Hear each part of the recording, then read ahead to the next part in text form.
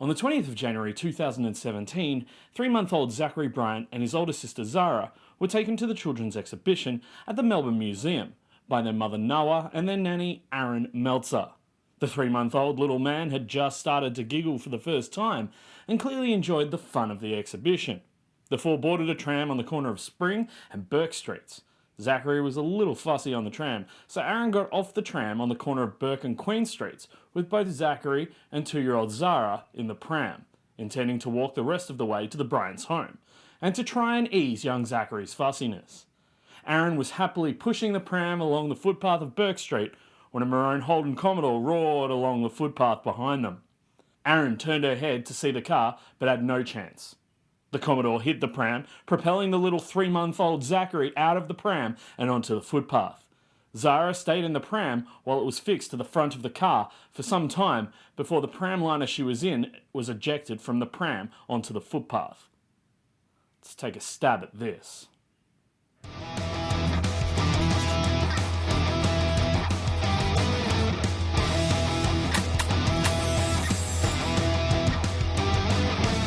Hi mates, and welcome to Something About Murder.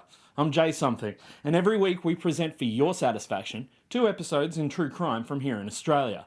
If that sounds interesting to you, go ahead and shoot the like button with your trusty boomstick. Stab that subscribe button until it bleeds. Make sure you also punch the notification bell in the face so you can get notified every time we release a new video. Our videos are also available in audio form on Spotify, Apple Podcasts, or whichever podcast platform is your favourite. The vehicular rampage through Bourke St Mall in January 2017 was a crime that stopped Australians in their tracks. A remorseless, drug-affected killer drove through the pedestrian-only mall, mowing down everyone in his way, including babies and small children. The outpouring of grief that followed has not been seen since. Demetrius James Gargasoulas, Jimmy to those that knew him, was born in Adelaide on the 26th of January 1990 to his parents Chris and Emily Gargasoulas. His parents separated when he was about 5 months old and his mother moved to Melbourne. He was raised initially by his father, who had sole custody of Jimmy and his younger brother Angelo. In 1993, the family moved to Coobapedy, South Australia. His parents' marriage came to an actual end when he was about 2 years old. His father Chris went on to have 2 further children with whom Jimmy had little contact. His mother, who moved to Melbourne, also went on to have a daughter with whom Jimmy maintained regular contact. While Jimmy was living in Coobapedy, he only saw his mother Emily during school holidays. Jimmy later told a psychiatrist that his father had been strict and violent and claimed that Chris would bash him and Angelo nearly every day with whatever he could put his hands on. Angelo later corroborated these stories. Jimmy was a kid with special needs. It was suspected that he had some form of intellectual disability, but it was never diagnosed. Instead, Jimmy did the special education work at school and was constantly teased. A school friend later said that he was an eccentric, sort of crazy kid, and that's why he was a target. One day, he told his friend, "I've had enough of this, and I'm going to do something." Jimmy constructed a homemade bomb using explosives from Chris's mining business, intended to get back at those who bullied him. He was immediately expelled.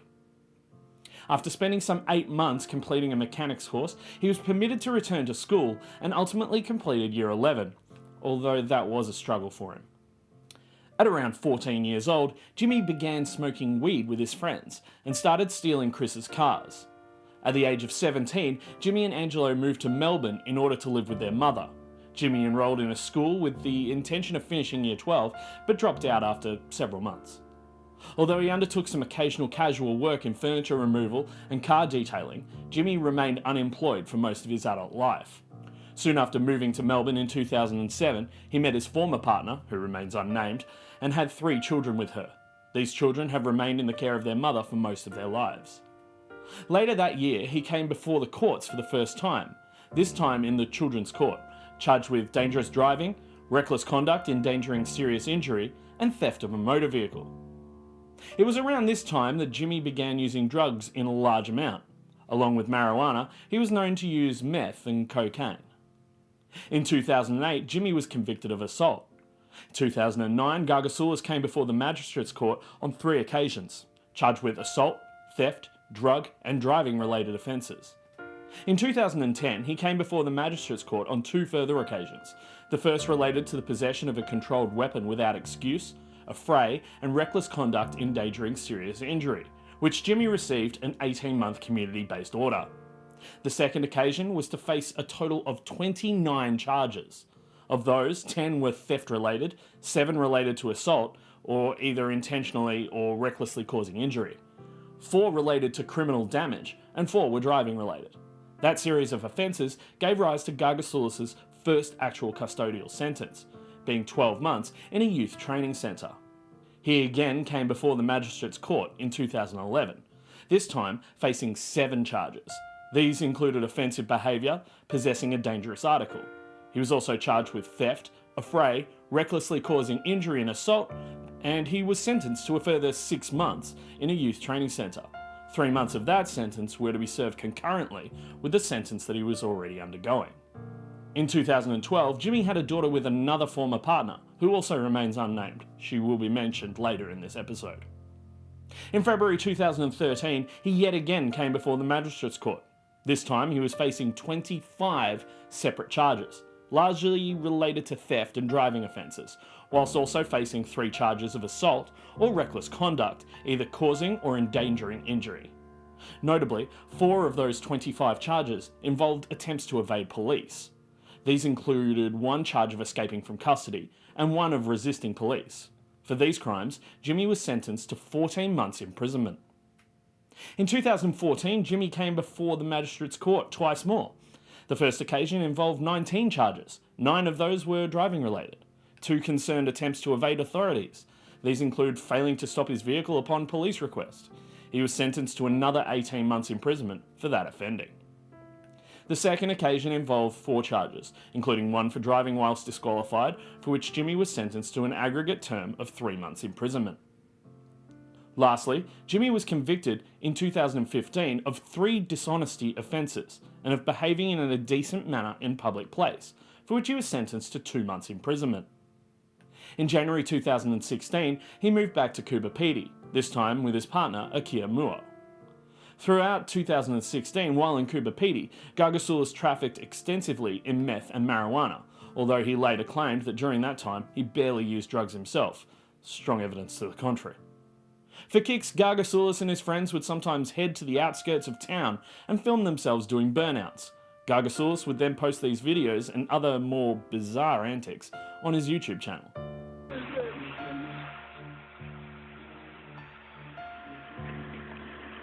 We're just waiting for this piece of shit combi van to go past. And I'm your host, Mr. Gargasoulas. Here we go! Got all those lines already on the fucking road every day. Being in Coober Pedy, Jimmy failed to appear on bail at the Moorabbin Magistrates Court in April 2016 to answer the charges of possessing methamphetamine, possessing a drug of dependence, and driving while disqualified. A bench warrant to arrest Jimmy was issued the same day. In May 2016, Gargasoulas deliberately T-boned his car into Akia's vehicle because he thought she was cheating on him. The accident left her with spinal injuries, and she spent 23 days in hospital. After Akia got out of hospital, her relationship with Jimmy broke down and she returned to Melbourne. Jimmy then followed her back to Melbourne in October 2016 to live with his mother in Windsor. A number of people who knew him during this period described him as a changed person. They said Jimmy was using large quantities of drugs, particularly meth. It was at around this time Jimmy had what he said was his first spiritual experience. This consisted of some delusional and paranoid thoughts. Jimmy's relationship with his brother Angelo was turbulent throughout this period, arguing frequently. In November 2016, Jimmy was kicked out of his mother's apartment and began sleeping in his car. From October 2016 through to January 2017, Jimmy reported experiencing a range of ideas that can only be described as increasingly bizarre. For instance, he told others that he had the God gene and that he had seen the triangle of the Illuminati. Jimmy also said that he was required to contact those whom he described as Aboriginal royalty. He claimed that Angelo was using his car in order to dispose of the bodies of various drug dealers with whom Jimmy had been associating. Angelo described Jimmy's behaviour during these months as erratic and unpredictable. He said that Jimmy appeared to be high all the time and that he was constantly talking about drugs or God. He described Jimmy as being cooked or fried. Jimmy's paranoia continued, seemingly knowing no bounds. He accused Angelo of conspiring to have him murdered. He told various others that he'd killed one of Jimmy's ex-girlfriends, and continued to speak frequently about killing people. Angelo described the months leading up to January 2017 as terrifying. He attributed much of Jimmy's behaviour to his heavy use of meth. Angelo also said that Jimmy was in denial with regard to his problems with drugs. In another manifestation of Gargasoulas' paranoia, Jimmy expressed the belief that his sister was secretly working for the government. A former girlfriend reported that in the months leading up to January 2017, Jimmy was using meth regularly. She said that he'd changed significantly from the person that she had known. She added that she often saw him with a crack pipe and that Jimmy had become paranoid. She also said that Jimmy accused Angelo and herself of trying to set him up and of wanting to have him killed. On the 31st of October 2016, Jimmy was in a car with his partner Akia on Lakeside Drive in Albert Park. Akia was 19 weeks pregnant at the time. An argument occurred and Jimmy accused Akia of being unfaithful. He stopped the vehicle and repeatedly punched Akia in the head and face. Members of the public intervened, called the emergency services, and reported the matter to police. Akia suffered cuts and bruises to her face and head, requiring treatment in hospital. Senior Constable Stephen Ree of South Melbourne Police Station investigated this assault, obtaining a complaint and warrant for an intervention order against Jimmy Gargasoulas, and tried through various means to locate him over the following 5 days in order to serve these documents. Other police members from South Melbourne were also involved in trying to find him, to no avail. He was not charged for this incident until January 2017. She's good, mate. She's good. No, you didn't assault her at all? No, she's evil.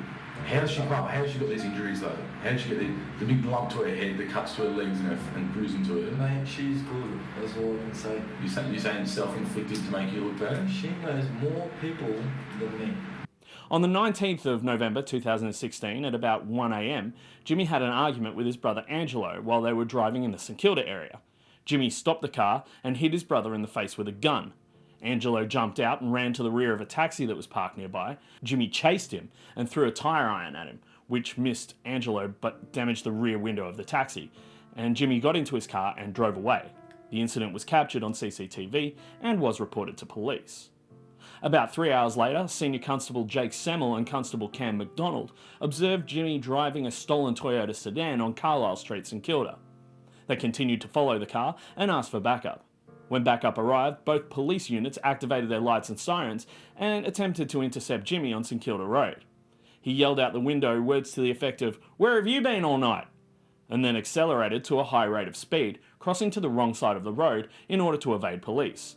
Senior Constable Semmel decided not to pursue Jimmy due to the high risk to the public, and both police units pulled over and turned off their lights and sirens, watching Jimmy drive north on Punt Road and out of sight. The same day, shortly after midday, Jimmy was still driving the stolen Toyota when he picked up a sex worker named Claire Verdins in Grieve Street, St Kilda, and drove around the area.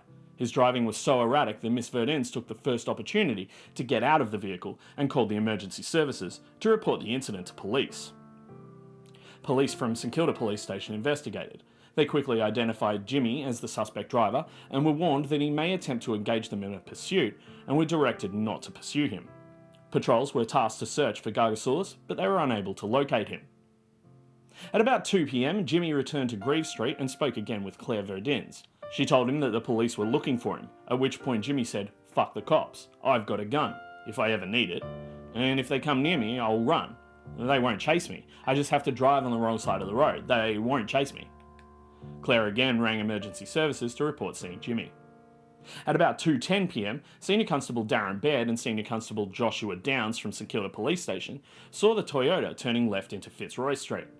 Police watched the Toyota get stuck in traffic approaching the corner of Fitzroy Street and Canterbury Road. When police approached the vehicle on foot, Jimmy drove through a red light, heading towards the junction at Fitzroy Street and Punt Road. He subsequently abandoned the vehicle and escaped on foot. On the 22nd of November 2016, a stolen Holden Jackaroo was recovered by police in Windsor. Jimmy's fingerprints were found amongst those on the vehicle. On the 29th of November 2016, Jimmy Gargasoulas had a chance meeting with a friend, Jason Madesh, in St Kilda. The pair had not had any recent contact. Jason eventually drove Jimmy to South Melbourne in his Mercedes-Benz coupe, where they stopped in Murray Street. Jimmy got out of the vehicle to speak with a man on a motorbike, who Jason did not recognise. Then, without warning, Jimmy ripped the keys out of the ignition and punched Jason in the face multiple times. He took the car keys and stole the Mercedes-Benz coupe, driving it straight at Jason, who jumped out of the way. Jason reported the theft and assault to police, but left the police station without signing a statement. In December 2016, Jimmy posted a series of remarks on Facebook that made it clear just how unstable he was. He wrote about a comet that would soon destroy the Earth, and also referred incoherently to God's gift.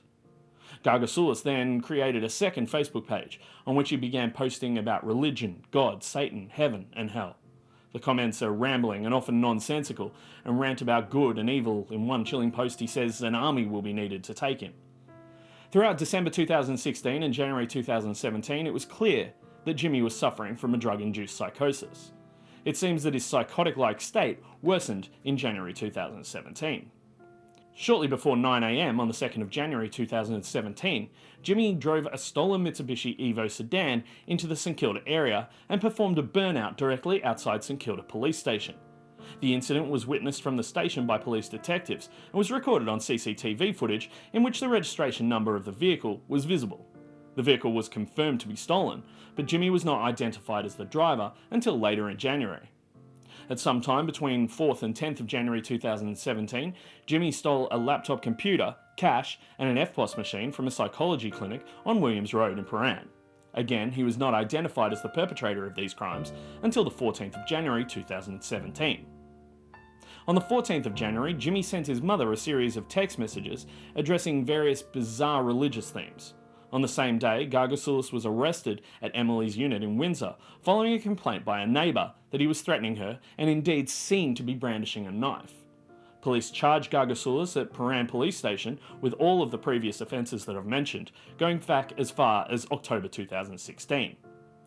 Gargasoulas admitted that he was aware of the dangers to others posed by his driving, and he admitted that he knew that by driving in that way he was likely to kill or seriously injure others. Jimmy told police that he drove like that to evade arrest. Jimmy was apparently coherent and cooperative during that first interview, and later spoke to Detective Sergeant Gentner in the cells, admitting to the Prahran burglary and the burnout in front of the police station. In a second interview with Gentner, Jimmy admitted to the Prahran burglary and burnout in front of the police station, and also admitted to stealing the Mercedes from Jason Madesh. Gargasoulas also told Gentner that people had said that Gentner was trying to kill Jimmy. This suggested to Gentner that Jimmy was paranoid and delusional. Do you want me to be straight up, Mr. Gentner? Yeah. Yeah. Okay. So I've been deceived by some people, which are at the lower point of life. Yep. And they've told me that Mr. Gentner is after me to, get me killed. Which So they're saying I wanted to get you killed. yes, Mhm. oh, and you were trying to kill me. Secret. And we're established that's true, haven't we? Yes, we have. Yep. Yes, secretly kill me so you use others to get to me. Yep. I was told many other things. You know what I mean? Just Yeah. bullshit. Yep. He considered that Jimmy had probably focused on him as a symbolic person of authority.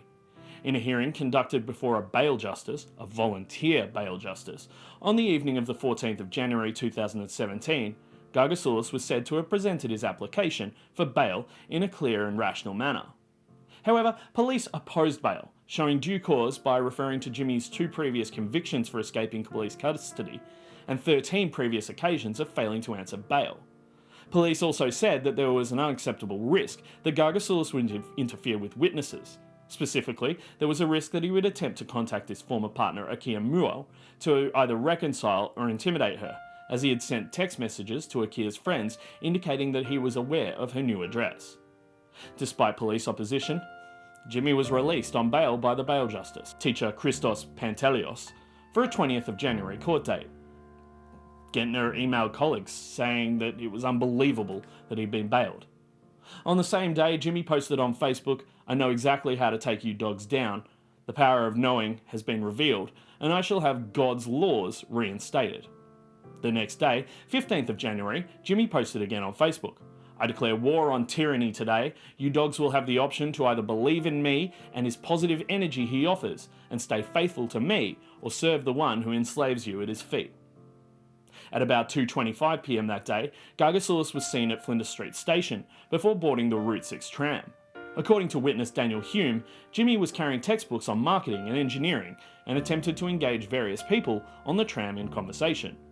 Gargasoulas spoke to Mr. Hume about religion and homosexuality.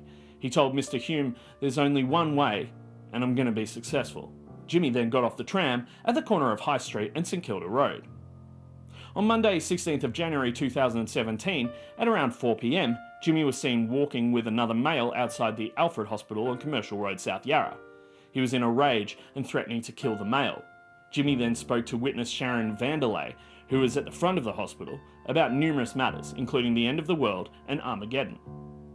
At about 6:10 p.m, Jimmy attended the St Kilda Police Station to report on bail. He spoke briefly to Gentner, commenting that he was now following Yazdanism. Because DSC Gentner had another offender in custody, the conversation was cut short. On the 17th of January 2017, Gentner was processing another suspect when Jimmy attended the police station and again asked to speak to him. Gentner spoke to him at the front reception and advised him that he did not have time to chat. Jimmy then showed Gentner a pamphlet for a religious group. Later in the day, Jimmy visited a friend's house, drinking Johnny Walker from the bottle. He apparently made references to ruling the world, a comet coming to hit the Earth, and that he would save them all. Witness Daniel Bodley said that Jimmy was carrying on that he was superior, like a god, and that the end of the world was coming because of the comet, and it was a couple of weeks away. He told Daniel that he was going to save everyone. Jimmy said that the Indigenous people were key in it, and after they passed something with the courts, everyone would get paid $1 million. He said it wasn't about money though, and he would save everyone. Gargasoulas told everyone that he was the only one that could stop it coming, and that he knew where the bunker was. Jimmy said that he was going to take a few people to the bunker, and he wanted Daniel to come with him and help him. He continued speaking about the police a little bit, saying that they were following him, but it wasn't a big concern of his because he was superior to police. He said he was more than a god, and that the bunker must be under the courts. He then said that if any stage he was chased by police, or indeed if anyone tried to stop him driving, he would keep driving and start running people over. He later asked Daniel Bodley for meth, for which Bodley refused, and then Gargasoulas left the house alone. At around noon on Wednesday 18th of January 2017, Jimmy was reported to be outside the Balaclava railway station talking to bystanders and referring to the end coming, government conspiracies, and the Illuminati. He did not appear aggressive or threatening. In fact, witnesses said that he just seemed like a generally weird guy. Jimmy then travelled to the Southern Cross railway station and went to CQ University in Spencer Street. He told the security guard that he needed to go to the business law area and the multi-faith prayer room. Jimmy then wandered around over several floors before he was asked to leave. As he left the building, Jimmy said that he could cause a lot of trouble, but that he would not because he thought the security guard was a good bloke. Gargasoulas then attended the county court in William Street, where he was seen to be behaving in a strange manner. He was stopped on the forecourt by protective services officers, and the PSOs observed that Jimmy was sweating profusely and spoke in an aggressive and erratic manner. He spoke about the Chief Justice being a woman. Concerningly, he said that she should have her head cut off and replaced with a man's head, and that a man should be in charge as man has the head of Christ. He also asked the PSOs about their faith. PSO Gavin Langton demanded to see Jimmy's ID, and Jimmy handed over his wallet, which contained a South Australian driver's licence. PSO Langton requested a person check over the radio. There were no matters outstanding, but it was confirmed that Gargasoulas was on bail with a curfew condition. Jimmy told the PSOs that ACO was always listening, and also claimed to recognise one of them. After a few minutes, Jimmy left and walked towards Melbourne Magistrates Court on the opposite side of William Street. PSO Langton rang the PSO mobile patrol at the Magistrates Court to warn them that Gargasoulas was heading their way. Shortly afterwards, Gargasoulas entered the Magistrates Court and approached the Victoria Legal Aid Duty Lawyer.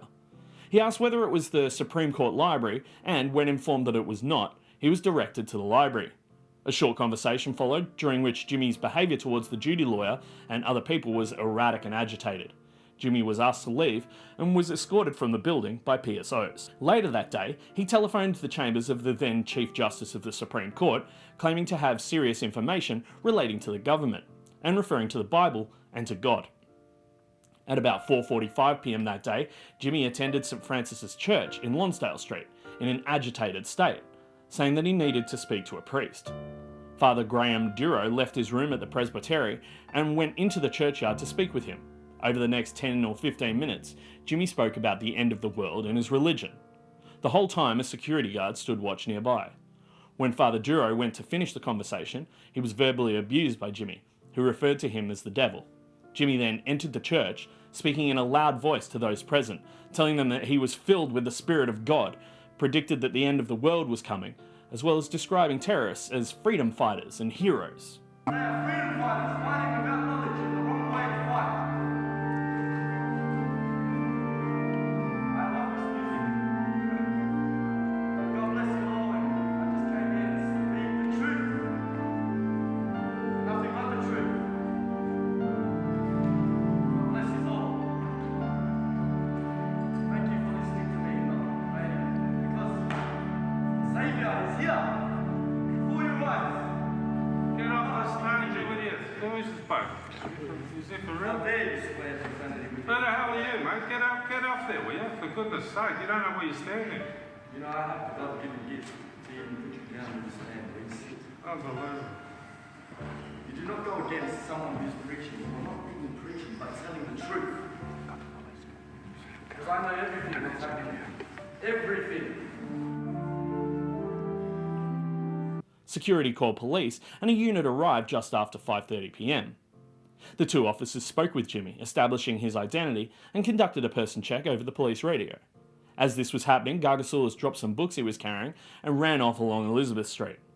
Because no offence had evidently been committed, and Jimmy did not appear to pose a threat to himself or anyone else at that time, the police members decided not to pursue him. At around 9 p.m. that night, Jimmy Gargasoulas entered 76-year-old Gavin Wilson's flat. Gavin, who was in a 4-year relationship with Gargasoulas' mother, said that Demetrius was a nice kid, but on that Wednesday night he became violent. He said that he came into his flat with a large red Bible, sat down and started burning it.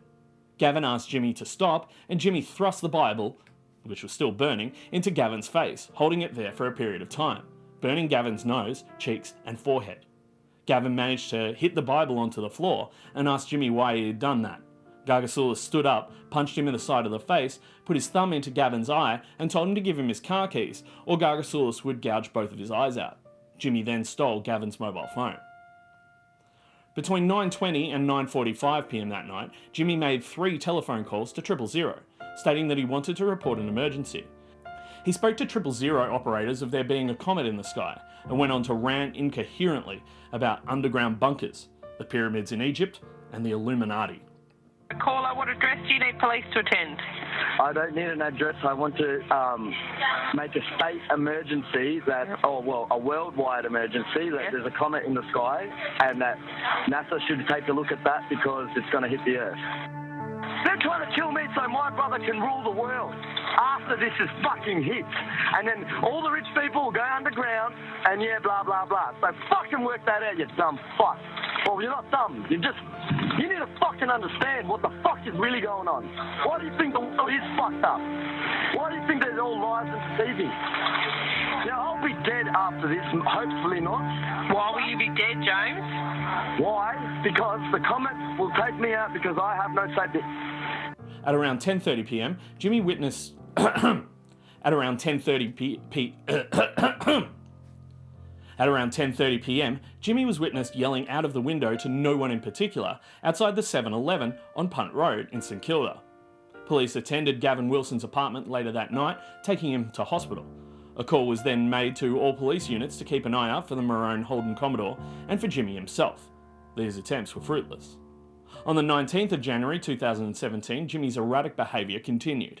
A long-time friend of Gavin Wilson, Patrick Carroll, heard about the assault and theft of Gavin's car and called Jimmy's mother, Emily. Jimmy answered the phone and immediately hung up. Patrick then went to Gavin's home and again started ringing Emily's mobile phone. Several calls were made, attempting to convince Jimmy to return the vehicle. One of the calls was put on loudspeaker, and Jimmy was heard to say that he could have killed Gavin if he wanted to, and that Jimmy might come back and kill Gavin tonight.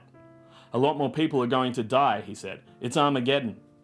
Jimmy finished the call by saying that he was the chosen one. At about 2:40 p.m, Jimmy refueled the Holden Commodore at a service station in Warrigal Road, Malvern East, and then drove off without paying. 5 minutes later, he entered a Woolworths, stole some items, and left, talking to himself as he crossed the car park. Gargasoulas then went to the Ashburton Library, parking the Commodore in the staff car park at the rear of the building. He then asked to print a page from the computer, but left after being told that it cost 20 cents. At 4:30 p.m, Jimmy visited Lily Gurevich at her home in Burwood. Ms. Gurevich had custody of 3 children that Gargasoulas had fathered with her daughter. Jimmy wanted to see the children, but they were not at home, and so he only stayed for a short time. Lily observed that Jimmy was agitated and acting strangely, and seemed to be meth affected. Jimmy spoke to her about Armageddon and being the chosen one, and that when he left, he told her to kiss the kids goodbye for me. Jimmy told her that her daughter was a devil before driving away. At approximately 5:25 p.m, Gargasoulas was observed by witness Amy Sheen Smith to be driving the Holden Commodore erratically in William Street, Melbourne. He stopped behind her vehicle at a red turning light at the intersection of Lonsdale and William Streets and was beeping his horn before driving around her vehicle and colliding with her front bumper. Of course, Jimmy did not stop and drove off through a red light, nearly striking pedestrians before turning west into Lonsdale Street, Melbourne. At about 5:30 p.m. that day, Jimmy's former girlfriend Akira Muo received a telephone call from Jimmy's brother Angelo, who told her that Jimmy had assaulted Gavin and stolen his car. Akira travelled from Truganina to Jimmy's mother Emily's apartment in Windsor to see if Angelo and his mother are okay. When Akira arrived at the apartment, only Emily was there. Akira telephoned Angelo to see where he was, and he told her that he was in Southbank but was returning home. She told him that it was safe because Jimmy was not there. Angelo was terrified of Jimmy. Akira told Emily that she was going to stay the night and recalled that she went to sleep in Angelo's bedroom. Whilst this was happening, Jimmy checked in at Dog's Bar St Kilda on Facebook, posting, "Thinking about what to do with them, lol." He then left the bar and went to the Gatwick Hotel in St Kilda, where he smoked meth. He then returned to the Dog's Bar and was refused entry, as he was suspected of being under the influence of drugs. Jimmy was then seen driving through a series of red lights, weaving through traffic at high speed and yelling out from the window of his car. Jimmy arrived back at his mother's apartment around midnight, knocked on Angelo's bedroom door, and woke Akira up. Jimmy asked Akira if she was hungry and told her to come for a drive with him. The pair left in the vehicle and drove to McDonald's in Ackland Street, St Kilda. At about 12:25, Jimmy drove into the drive-through area of the Esplanade McDonald's and purchased food and drinks. Akira was in the front passenger seat. While there, Jimmy saw some of his friends and spoke to them through his window for a few minutes. Akira recalled that he then shouted, "Fuck the police, fuck the government," and performed a burnout in the car park. She asked him to stop because she was scared Jimmy would release the brake and the car would hit a pole. Jimmy then drove out of the car park and onto the wrong side of Ackland Street, stopping the vehicle outside Dog's Bar, revving the engine and yelling at patrons. Gargasoulas exited the vehicle and walked quickly up to an outside table where people were sitting. He swept food, glasses and bottles off the table, causing the patrons to recoil. Akira told Jimmy to stop. She couldn't believe what he was doing. Jimmy returned to the car and drove back to his mother's apartment. At around 12:30 a.m, Angelo visited his mother's apartment to have a shower and to pick up some medication. Angelo had spent the previous day with his friend Nicholas Santos at his home in Southbank. That evening, they met up with 2 other friends, Joel Sanderson and Alex Cayley. Nick, together with Joel and Alex, drove Angelo to Raleigh Street. They dropped him off before going to the supermarket for about an hour, telling Angelo they would call him when they were 5 minutes away to pick him up. Before Angelo could have his shower, Jimmy showed up with Akira. Angelo said that the 3 spoke about the bunker that Jimmy was talking about. Akira didn't know where the bunker was, and Jimmy was trying to convince them all that it was real.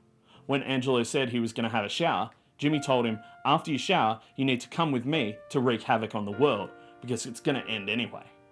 He also said, "If you don't come with me, you're going to die." Angelo dismissed his brother's comments and went off to shower. At about 1:45 a.m, Joel telephoned Angelo and advised they were 5 minutes away, and they would meet him outside the apartment complex in Raleigh Street. Jimmy overheard this call and insisted that he wanted to meet Nick. According to Akira, Jimmy was screaming, "Who is he? Who's your mate?" Angelo was worried because he knew Nick drove an Audi and he thought his brother would want to steal it. Angelo's 3 friends arrived in Raleigh Street at about 1:50 a.m. They parked between the car park entry and the front entrance of the apartment. At about 2:12 a.m, Nick sent a text message to Angelo asking him to hurry up because he had work in the morning. Angelo replied that Jimmy was following him. Nick did not see Angelo's text message at the time. Shortly after sending the text message, Nick saw Jimmy and Angelo running across the road, although he did not initially recognise them. Angelo had taken the stairs after leaving the apartment. When he reached the ground floor and was between the stairwell and the lift, Jimmy stepped out of the lift. Jimmy followed Angelo as he walked out of the apartment complex towards a secure gate leading onto Raleigh Street. Immediately after Angelo opened the gate, he heard Jimmy behind him and turned to see him holding a knife high up in front of him. Angelo recognised the knife from their mother's kitchen. He dropped the bag he was carrying and fled across the road. However, the road was wet and Angelo slipped over in the gutter. Jimmy chased Angelo and stabbed him at least once, possibly twice, to the left side of his head before the knife slipped from his hand. Angelo tried to grab the knife, but Jimmy reached it first. Angelo got up and ran towards Nick's car. He managed to run 10 metres or so before he slipped again. Angelo's friends opened the passenger door of the Audi and yelled for him to get in, but Angelo struggled to regain his footing. When Jimmy became distracted by the witnesses screaming at him to stop, Angelo tried to punch him but received a serious stab wound to his chest. He tried to defend himself by blocking the knife with his right arm, but suffered additional stab wounds to his face and neck. Akira had initially remained in the apartment, but within a minute of Angelo and Jimmy leaving, she heard screaming from outside the street and rushed downstairs. She saw Angelo running behind Nick's car, which was travelling slowly towards Punt Road. She then saw Jimmy chase and tackle Angelo to the ground and ran towards them as Jimmy attacked Angelo. Akira screamed at Jimmy and grabbed his jacket, pulling him away from Angelo, and he tripped over. Nick reversed his car back towards Angelo, and Akira pushed him towards the passenger side of the car.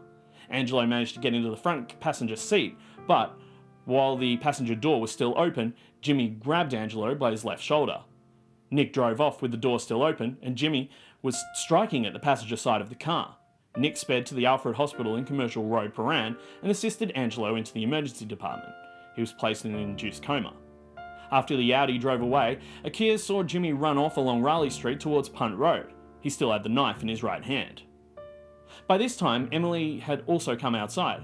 She picked up Angelo's bag and, with Akira, returned to the apartment complex and up to their neighbour's apartment. They told the neighbour, Mr. Scammell, what had happened and asked him to call the police. 4 separate calls were made to police to respond to this incident. Jimmy left the scene at Raleigh Street in the stolen Commodore, having a brief interaction with police on Punt Road before speeding off. He then went to a friend's house, Nathan Clapham, in Princess Street, St Kilda.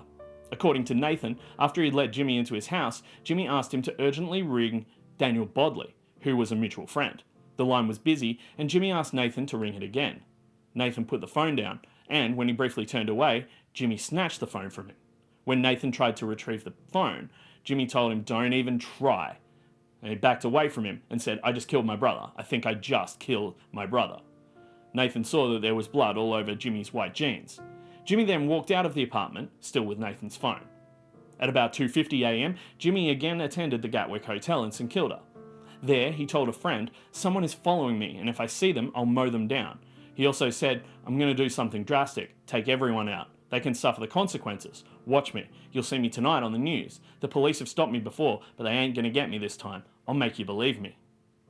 Jimmy's friend at the Gatwick first telephoned Gentner. Remember DSC Gentner? First telephoned him at 2:49 a.m. and left a voicemail message, informing him that Jimmy had just popped in to visit him. Shortly afterwards, he sent a text message to Gentner saying that Jimmy was in a Commodore off his Nana outside the Fatty, possibly just bashed his brother. "I'm trying to obtain license plate num. Call me ASAP." At 2:50 a.m, the friend sent a further text message to Gentner saying, "He's scary and cooked. Help." The friend at the Gatwick said that when Jimmy came into the apartment, he was still erratic and was paranoid of people following him. The friend saw that Jimmy had blood on his clothes. He seemed nervous and very paranoid. He was questioning every sound he heard, whether it was knocks on the door, cars driving by the window, anything that made some kind of noise. Jimmy told the friend that he might have slashed his brother's face and asked the friend to check on Angelo. Jimmy also spoke about Gentner. Jimmy said that he wasn't happy with him and was on a bad buzz about Gentner. The friend said that Jimmy was paranoid about Gentner and kept saying, "Fuck you, Gentner." He told the friend that DSC Gentner was out to kill him. The friend said that Jimmy seemed determined to do something and was like a man on a mission, and that his behaviour was very different to all of his previous interactions with Jimmy. The friend walked Jimmy outside and Jimmy saw some people in the street and told him, "I'm just going to mow them down." The friend told him not to do that. Jimmy approached the people in the street and asked them whether they wanted him. They said no, and Jimmy seemed to believe them. Jimmy then left in the vehicle. The friend again tried to call Gentner, but the phone rang out. Tried to call him several more times, but was unable to get through to him. At one point, shortly afterwards, Jimmy was stopped by police. He was told to pull over to the side of the road. He ignored them and sped off again along Punt Road. Jimmy sent a series of bizarre text messages to Daniel Bodley from Nathan's phone between 3:20am and 6:51am. Jimmy asked Daniel to keep Angelo safe, spoke of government mind control tactics, and concerns that he may have contracted syphilis. In response, Daniel advised Jimmy to lay low and keep out of trouble for at least a couple of days. At about 5am, Jimmy's former girlfriend received a telephone call from Jimmy. He asked where she was because he wanted to see her. Jimmy disclosed to her that he had had an argument and stabbed Angelo because Angelo had turned on him and was trying to get him. The former girlfriend wouldn't tell Jimmy where she lived, so he hung up on her. When she attempted to call him back, Jimmy's phone was switched off. Shortly afterwards, she received a second call from Jimmy saying he was out the front of her home in Glen Huntly Road, Carnegie. The former girlfriend initially didn't believe him, but then could hear his voice outside. She told him to leave because her mother would get upset and call the police. Jimmy asked to speak to her mother on the phone, and her mother told him to leave her alone. At about 6:05am, Jimmy sent Daniel Bodley photographs of mobile phone towers that he'd taken at Chapel Street and Glen Huntly Road, which he linked to microwaves and government mind control. Daniel forwarded the text messages to the friend at the Gatwick, who then forwarded them to DSC Gentner. Gargasoulas was spotted driving in the background of a Today Live cross at around 8:05am, and they were reporting on the Windsor stabbing. He rolled down the car window and waved at the news camera in an attempt to attract attention. Although it's unheard of on the television, he yells out, "That's me they're looking for," before speeding off, fishtailing the vehicle down the street, narrowly missing an oncoming vehicle. Was driven to the Alfred Hospital in a critical condition. He presented with stab wounds to the face and the neck. He's currently undergoing surgery in a critical but stable condition. I've been told that he was visiting his mum at the time when he had an argument with his brother. I spoke to a neighbour earlier this morning. I just heard some loud screaming and... The incident occurred shortly after police and SES had packed up and left the scene. At 9am, Jimmy returned to his mother's unit. Akia had fallen asleep in Angelo's room after forensic police officers left the scene. Akia woke up to Jimmy tapping her on the foot. Jimmy told Akia, "There's no way in hell I'll let you out of my sight. I swear if police come, I'll kill you, Mum, and me." Akia believed he meant it and was scared, so she agreed to go somewhere with him. When Jimmy went downstairs to wait for her, Akia tried to turn on her phone to call police, but Jimmy returned and asked her why she was taking so long. He grabbed her arm and took her downstairs to the vehicle, which was parked in the car park. As Akia got into the vehicle, she saw the knife used to stab Angelo next to the handbrake. Gargasoulas spent the next hour driving in a dangerous manner, speeding and going through red traffic lights at various points throughout Melbourne. Jimmy threatened to kill Akia if she didn't comply, and held her hand in a rough way the entire time. Akia said that when Jimmy saw silver cars, he said they were DSC Gentner. Just after 9am, Detective Senior Constable Burnett telephoned Akia's phone. A male voice answered the phone and identified himself as Andrew. Burnett requested to speak with Akia. Andrew informed him that she was in the shower and asked what the call was about. Burnett asked again to be put on with Akia and then spoke to her, trying to find the address of where they were. The phone was then passed back to Jimmy and the call was disconnected. Burnett tried to call the number straight back, but the phone was turned off. Akia later told police that Jimmy switched the phone off and told her that she had set him up. Jimmy asked her how the police knew it was him, and she told him it was because he answered the phone. Akia then said that Jimmy yelled at her and told her, "If the cops come find me, I'll run everyone down in the city." He told her there were comets coming, and that they would end the world, and whoever he saw on the way, he would run over. He continued to speak about being the saviour and being God and the king. After stopping at an acquaintance's house in Glen Iris for a short time, Jimmy again forced Akia into the Commodore. At around 11am, Jimmy was spotted by police who were searching for him. They were patrolling in an unmarked car. Unaware that he was being followed, Jimmy drove normally and uneventfully through Malvern, Prahran, Toorak and South Yarra. Gargasoulas became increasingly agitated on Albert Road, South Melbourne, once he realised he was being followed by unmarked police cars and began driving erratically. He told Akia that it was the end of the world and that he was going to run over people in the city. Gargasoulas kept saying that he was God and the end times had arrived. The two then drove further into South Melbourne, stopping in the right-hand turning lane onto Murray Street. Jimmy was looking in his rear vision mirror and appeared to be making hand gestures back towards the unmarked police vehicles behind him. Then, turning into Murray Street, Jimmy pulled over and again motioned for police to come towards the car. However, when approached by police on foot, Gargasoulas accelerated rapidly and sped off along Murray Street. As police returned to their vehicles, they were instructed by command to terminate the pursuit. Critical incident response teams saw Gargasoulas again on Albert Road, but he was able to outmaneuver them. Jimmy continued to drive erratically and at high speed through a series of red lights. As he returned to Clarendon Street, he ran through the red light at the intersection of Clarendon and York Street, nearly taking out around 10 people. At this point, Jimmy said to Akir, "I swear, if the police catch up to me, I'm going to run everyone down in the city." Shortly after, Gargasoulas stopped at a red light on Warringah Way, near the South Wharf Shopping Centre. Members of the Critical Incident Response Team approached his car on foot with firearms. Akir took this opportunity to jump out of the car, and Jimmy drove off, getting onto the Westgate Freeway, driving at high speed and in a dangerous manner. Akir told police that Jimmy was going to a friend's place in Werribee.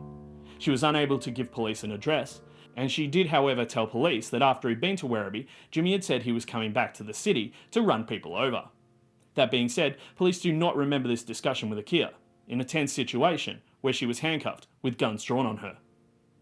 Police received phone calls of Gargasoulas weaving through traffic and driving erratically on the Westgate Bridge, and then again in Altona. The police air wing manoeuvred out towards Werribee, but did not see the Maroon Commodore. They then headed back towards the Melbourne CBD. During this time, DSC Gentner was in contact with Jimmy, trying to negotiate a surrender. Jimmy never told Gentner where he was, and Gentner tried to get him to come and meet him in Port Melbourne. Jimmy asked for 10 minutes to think it over and hung up. Gentner called Jimmy back 10 minutes later, and again there were discussions about surrender. Jimmy wanted to surrender the next day, but Gentner said that it had to be now. Jimmy once again hung up and then called back again later, telling Gentner that he wasn't sure if he was going to surrender, and then he would call back again later. He never did. At the same time, Jimmy was having conversations with his ex-girlfriend, who said that he sounded suicidal and knew he was going to die. She tried to reason with him and told him to think of their daughter. At around 12:45 PM, Gentner sent Jimmy a text message saying, "James, you have to call now, bro. We don't have much time." Around 10 minutes later, Jimmy texted Gentner, "I've calculated my options and yeah, it's not looking good. I either die in jail or die trying to run from the boys.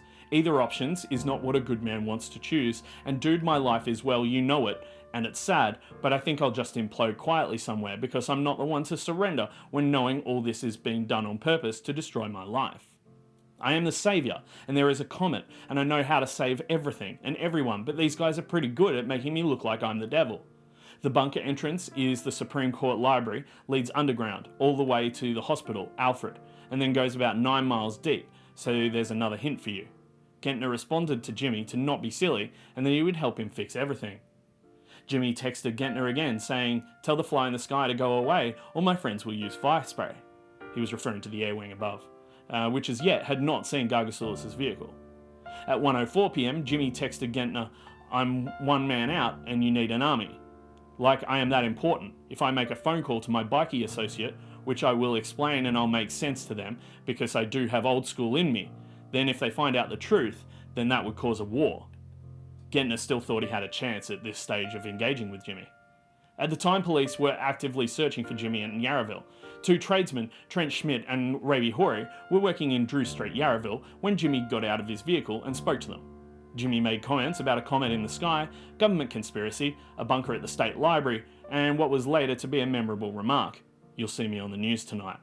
The bizarre nature of the comments, coupled with his behaviour, prompted Mr. Schmidt to call 000 at approximately 1:08 PM.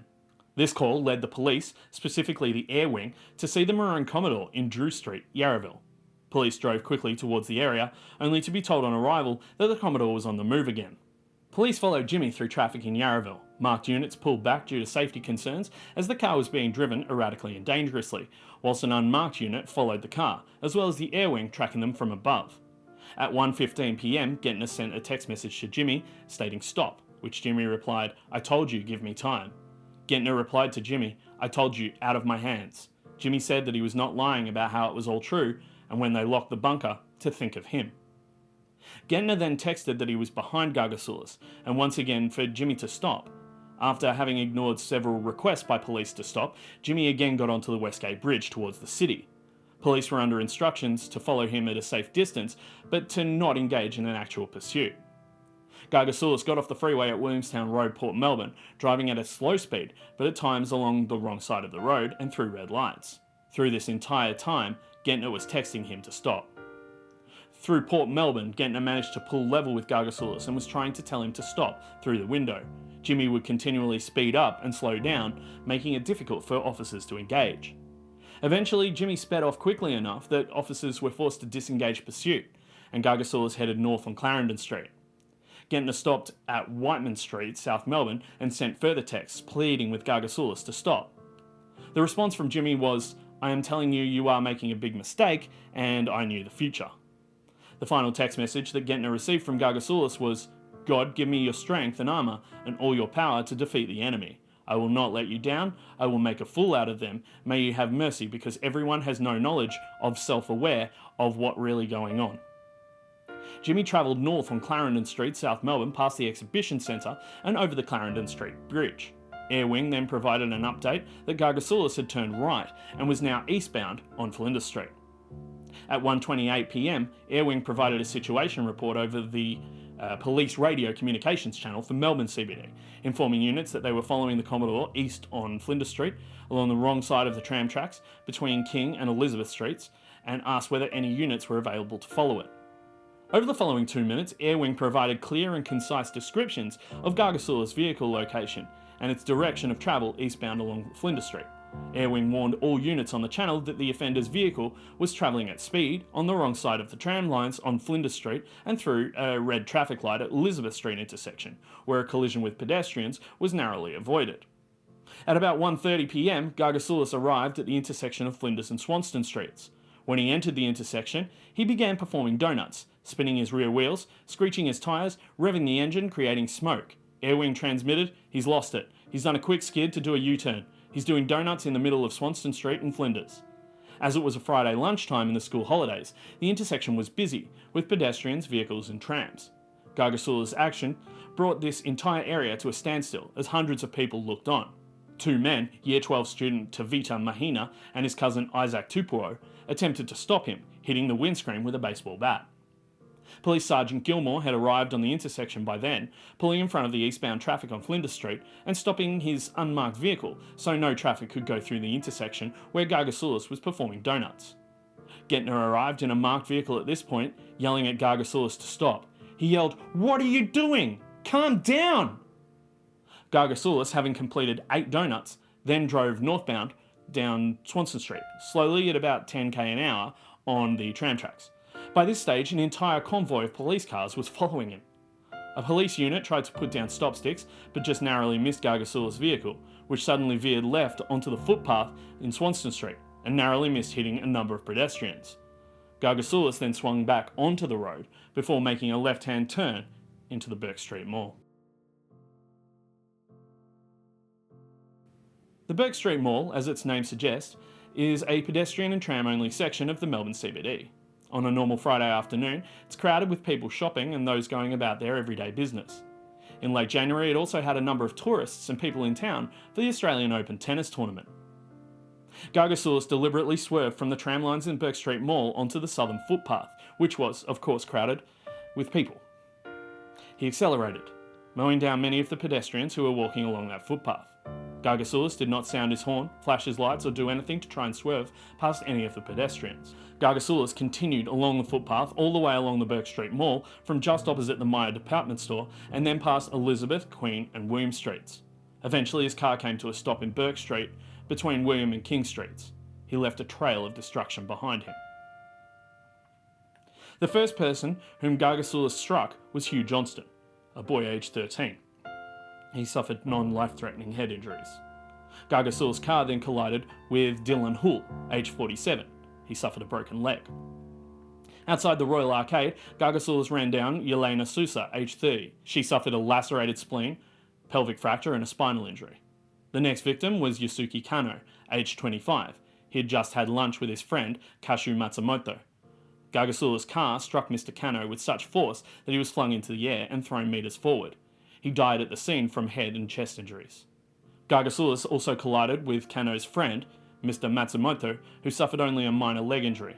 CCTV shows Mr. Matsumoto crawling afterwards to try and help his friend, Mr. Kano. As Gargasoulas approached the intersection of the Bourke St Mall and Elizabeth Street, he ran down Michael Heppenstall, aged 49. He sustained lower limb fractures and cuts to his head. Crossing Elizabeth Street, Gargasoulas' car was estimated to have been travelling at about 57 km per hour. Witnesses observed that as it climbed the hill along Bourke Street towards Queen Street, it appeared to be gaining speed. Gargasoulas made no attempt to avoid people or to slow down. He simply ploughed through them as if they weren't there. He next struck Erin Sheet, aged 18. She was flung into the wall of Commonwealth Bank at the corner of Elizabeth and Bourke Streets, and she suffered critical head injuries, rib fractures, right lung contusions and arm fractures. She was in a coma and on life support for some 26 days. She underwent lengthy rehabilitation, but has suffered permanent nerve damage. She also has an acquired brain injury. After this, Gargasoulas ran down Kim Trin, aged 34. She happened to be 15 weeks pregnant at the time. She suffered a pelvic fracture, rib fracture, multiple abrasions and bruising. This caused her to remain in hospital for 3 weeks, and fortunately her baby was not harmed. At the same location, Gargasoulas struck Nethra Krishnamurthy, aged 32. She suffered multiple trauma injuries including spinal, thoracic and abdominal, the effects of which are ongoing. Also at the same location, Gargasoulas struck Melinda Cleland, aged 38. She sustained rib fractures and multiple abrasions. Gargasoulas next collided with Stuart Wilkinson, aged 48. He was walking at the time with his friend Luke Winter. Mr. Wilkinson suffered a fractured left foot, bruising, cuts and abrasions. Mr. Winter, aged 34, suffered multiple cuts and bruises. As Gargasoulas drove along the footpath between Elizabeth and Queen Streets, he ran down a number of work colleagues who had just left a meeting. Gargasoulas collided with all 6 of them in close succession. Jessica Moody, aged 22, was in that group. Gargasoulas' car collided with her from behind. She was hurled forward against the wall of a nearby building and died almost at once from head injuries. Gargasoulas also struck Trent Churchill, aged 31. He suffered a broken leg, a non-life-threatening head injury, multiple abrasions and bruising, post-traumatic amnesia and lung contusions. He spent 3 weeks in hospital and subsequently underwent lengthy rehabilitation. Also in the group was Michelle Klobus, aged 47. She was thrown some distance forward and suffered fractures all over her body. She spent several weeks in hospital and had to undergo more than 2 months in rehabilitation. Another member of the group was Scott Van Brunswick, aged 31. He suffered multiple fractures to the leg, shoulder and face. Gargasoulas also collided with Roberto Jaro Erazzo, aged 46. He sustained severe fractures to both legs requiring surgery and spent several months in rehabilitation. Last in this particular group, Gargasoulas struck Belinda Spencer, aged 33. She suffered a fractured pelvis and lacerations. Near the intersection of Bourke and McKillop Streets, Gargasoulas ran down Matthew C., aged 33. The force of the impact threw him forward a considerable distance. He was taken to the Royal Melbourne Hospital for emergency neurosurgery, but subsequently died from head injuries.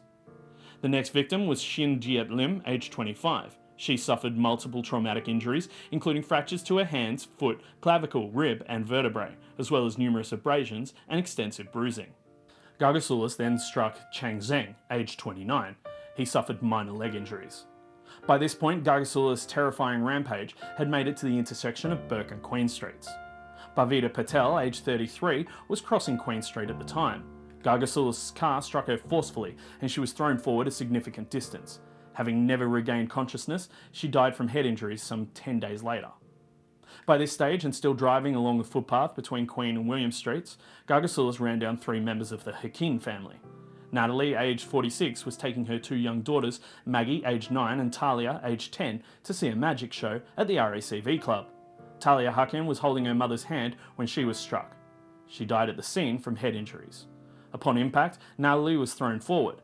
She suffered multiple fractures, including to her shoulder, ribs, pelvis, coccyx, ankles, fingers and back. She spent months in hospital and required ongoing rehabilitation. Maggie Hakin was seen on CCTV skipping slightly ahead of her mother and older sister. She suffered a broken leg and deep lacerations and was in hospital for over a week. Gargasoulas next ran down Serkan Hassan, aged 28. He suffered life-threatening injuries including a fractured skull, brain injury, broken nose and broken leg. When Gargasoulas collided with Mr. Hassan, he was thrown in the air. His body struck Margaret Elliott, aged 85. She sustained minor injuries. Aaron Meltzer, aged 23, was caring for Zachary and Zara, the two young children of Matthew Bryant and Nawar Hassan Bryant. She was pushing the children along in a pram, having spent the morning with them at the Melbourne Museum. The vehicle collided with the pram with great force. The pram became affixed to the bonnet of the car. According to a witness, Gargasoulas had manoeuvred his car in order to ensure that he collided with the pram. Zachary Matthew Bryant was just over 3 months old. He was hurled from his pram and ended up some 68 metres or so from the point of impact. Despite undergoing emergency surgery, he died the following day. His sister Zara was aged only 2. She remained in the pram after it was struck and was carried along with the car for about 150 metres. She suffered a number of serious injuries. These included a skull and spinal fracture, brain injury, facial injuries, burns and abrasions to the face. Miss Meltzer, the children's nanny, sustained a leg injury. Near the intersection of Bourke and William Streets, Gargasoulas ran down Peter Harry, aged 40. He was walking along the footpath with his partner Bryony. He suffered extensive injuries. These included fractures to his skull, face, ribs and spine. He also sustained internal injuries, including brain trauma. Bryony, aged 37, suffered abrasions, bruises and an injury to her head which required stitches. The physical and psychological impacts of her injuries are of course ongoing. Lastly, Gargasoulas collided with Paul O'Brien, aged 37. He suffered a fractured skull and ribs, head lacerations, facial injuries, a sprained ankle and post-traumatic amnesia. After all this carnage, Gargasoulas travelled a further 100 metres or so west along the footpath in Bourke Street. His car then came to a halt as a result of a combination of mechanical failure and from having been rammed by police. Gargasoulas was tasered by 3 officers and shot in the right upper arm before being arrested. All in all, 6 people were killed by Gargasoulas' rampage through Bourke Street. The outpouring of grief from the community was immediate. A makeshift memorial was created along Bourke Street near the GPO building in the weeks that followed, with flowers, stuffed animals and messages of love from the community. Victorian Premier Daniel Andrews stated that this was a terrible crime, a senseless evil act, and promised that justice will be done. The Victorian government established a fund to provide financial assistance for the families of the deceased and made an initial donation of $100,000.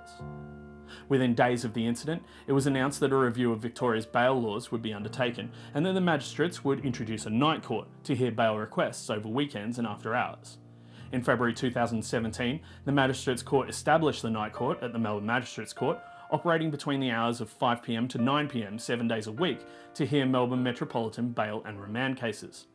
Following a review by Paul Coughlin QC in 2017, the Bail Act 1977 was amended in 2018 to make it harder for serious and violent offenders to be granted bail, to provide senior police officers with the power to remand a person in custody for up to 48 hours, and to revise the test for determining whether to grant bail. In April and May 2017 at the Melbourne Magistrates Court on unrelated matters, Gargasoulas made claims including that Muslim faith is the correct faith according to the whole world, I am the saviour, I was under extreme stress which caused me to have a mental breakdown, life is being controlled by the government, and I'm very saddened by everything that's happened, but it's due to the Illuminati.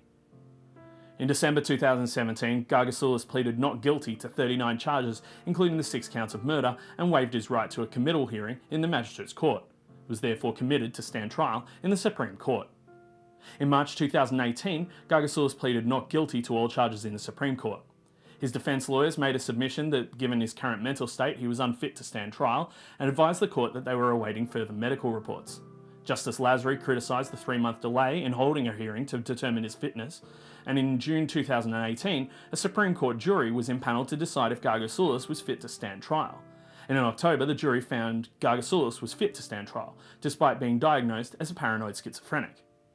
In November 2018, Gargasoulas was found guilty of 6 counts of murder and 27 counts of reckless conduct endangering life.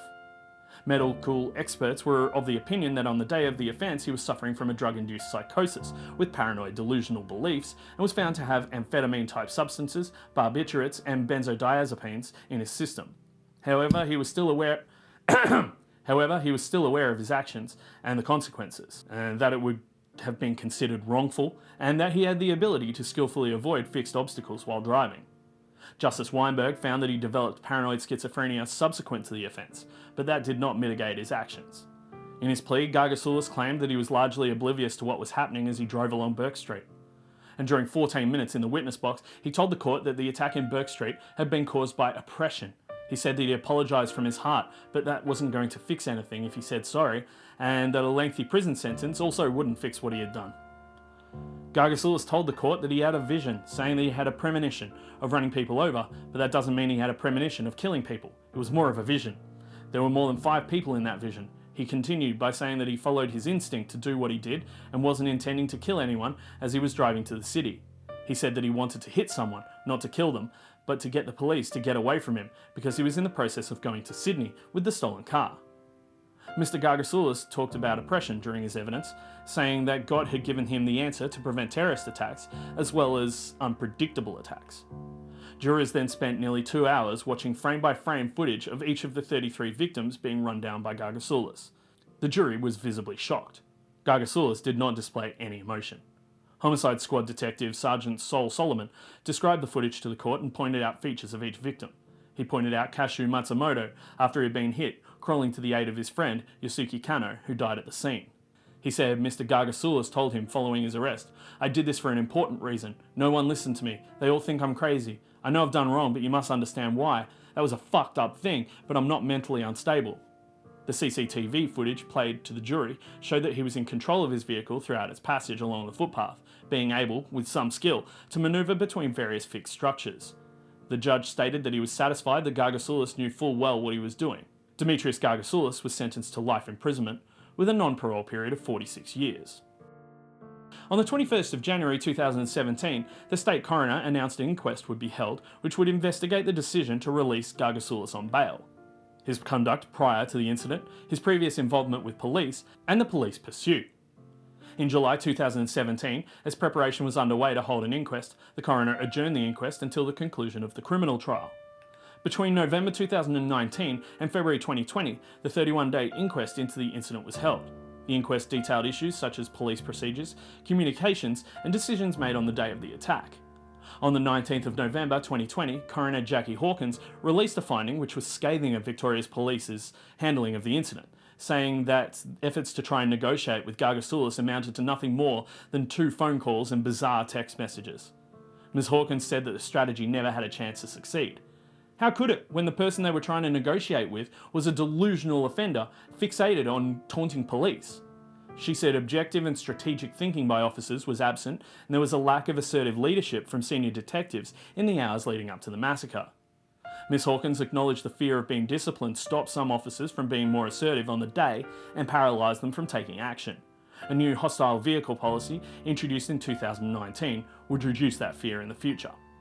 Hawkins found poor planning, the lack of assertive leadership and command control, a lack of adequate resources, inadequate communication on police radios, inflexible policies, and misguided attempts to negotiate with Gargasoulas created a perfect storm in favour of a violent offender. However, Ms. Hawkins said that she was unable to conclude that the catastrophic attack, which struck at the very heart of Melbourne, could have been avoided. She made 9 recommendations, including further training for police in hostile vehicle attacks, a review of Victoria Police's training, policies and procedures on bail and remand with respect to high-risk recidivist offenders, a review of coordination policies between different police units, and a review of critical incident communication procedures, particularly where the use of a dedicated radio channel is appropriate. The coroner also recommended police investigate the feasibility of officers using body-worn cameras to record all out-of-session bail and remand hearings. I'm uncertain, however, whether any of these recommendations would have stopped Demetrius Gargasoulas from hurting anyone in January 2017. We remember those killed on that day. Yosuke Kano, 25. Born in Yokohama City, Japan, he was struck by Gargasoulas' car outside Amart Sports at 345 Bourke Street. He died at the scene from head and chest injuries. Jessica Moody, 22.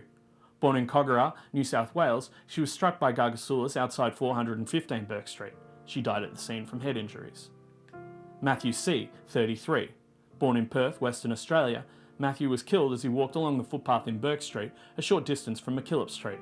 He was taken to the Royal Melbourne Hospital but died from serious hand injuries. Thalia Hakim, 10. Thalia was with her family walking towards the RACV club near 501 Bourke Street for a magic show when she was struck. She died at the scene from head injuries. Bhavita Patel, 33. Born in the UK, she was struck by Gargasoulas' vehicle on the corner of Bourke and Queen Streets. She was admitted to the Royal Melbourne Hospital, where she died on the 30th of January 2017 from head injuries. Zachary Bryant, 3.5 months. Born on 6th of October 2016 to his parents Matthew Bryant and Nawar Hassan Bryant, he was 3 months old when the pram that he and his 2-year-old sister Zara were travelling in was struck by Gargasoulas outside 501 Bourke Street. Zachary was flown approximately 68 metres in the air. He was quickly taken to the Royal Melbourne Hospital, but died the following day as a result of head injuries.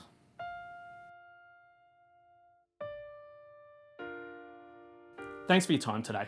I really appreciate you watching the whole video. I'm sure it was really difficult to get through. Join me next time as we trawl through another episode in the true crime history of Australia. If you enjoyed this video, once again, please go ahead and shoot the like button with your trusty boomstick and stab that subscribe button until it bleeds. Make sure that you also punch the notification bell in the face so you can get notified every time we release a new video. And remember, all of our episodes are released at the same time on Spotify, Apple Podcasts, or wherever you get your podcasts from. I hope you don't get murdered. Stay safe out there. Bye.